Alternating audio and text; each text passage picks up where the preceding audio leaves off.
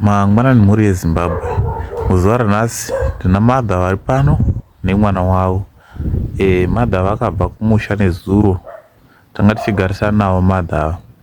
So vakazotowanawo pekurara pavakapiwa nalandlord. So nyaya yakawanda, nyaya izere, regai vazvitaure ivo kuti vakafamba sei, kuti vanhu muzvinzive kwavari. Taurai zvenyu madha nyaya yenyu kuti zvakafamba sei zvaita kuti tinge tichitora vhidhiyo rineri.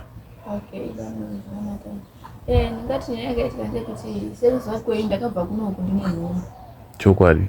Saka ndikataura nemurume wangu ndikati akatoti achinda muzvara kumusha.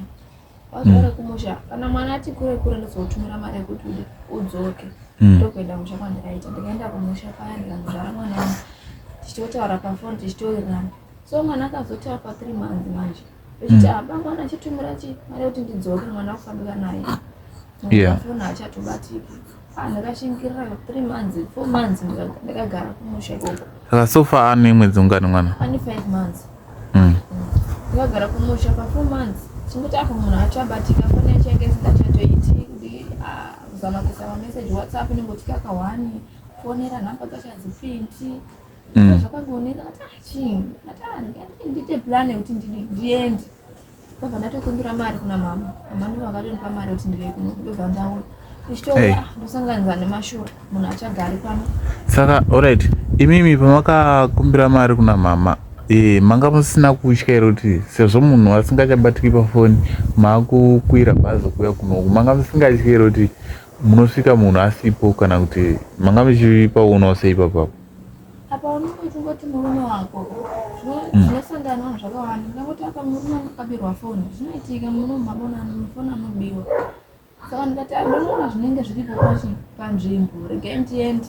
Ndotokura bhazi ndoona munhu ari kunzi achagara pano akatama. Saka zvinhu zvakatondishamisa, ndakauya panapa nditi pamwe ndosvika murume wangu aripo. Because netika ndechoti sekugarisana kwataingoita uku takatoona achitotuta zvinhu achibuda. Saka tinonge taziva kuti hamusi kutonzwanana kana kuti hamusi kutaurirana, taitoti hamuri kutozivana.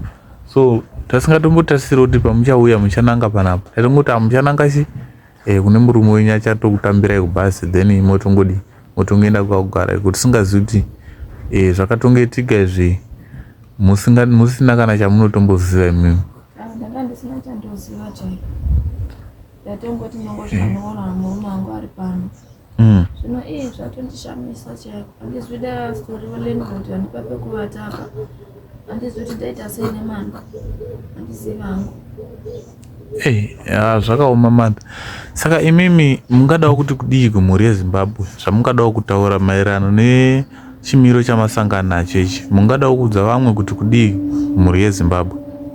Chandingangoda kutaura hangu ndechekuti ukaona munhu akunyararira zviya kana uri kumusha zvirina kugarako kumusha kana uchiziva kuti kana wauya kuno ukaona pekutangira handizvindoita sei. Ndotongoti dai hangu ndawana mari yekuti ndidzokere kumusha ndaidzokera, nokuti kuti nditi kugara kunoko sengo yacho nenganyanyisa, nokuti handina kana pekutangira, imba chaicho handina kuti ndingagara. Saka ndakatongoda kuti ndinde hangu kumba kana ndawanirwa mari kuti ndinde kumusha hangu kuona kuti ndoita sei.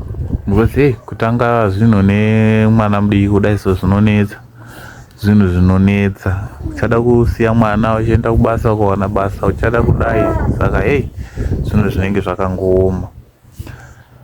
So mhuri yeZimbabwe ndo tsaona yasangana namadha, vabvawo kumusha vachiti vauye kumurume, murume wavo haachasi kubatika, kubva vari kumusha anga asingachatobatiki. Saka ngoti semunhu ane mwana angazonetsa vabereki, regai uye kuna baba wemwana, ndosvika vachawaniki pavaigara pasina, imba vaitogara yakapinda munhu. So guys, zvakangooma hazvo, zvinorwadza kuzvitambira, but totongoti tinotenda kuti vari right zvavo nemwana.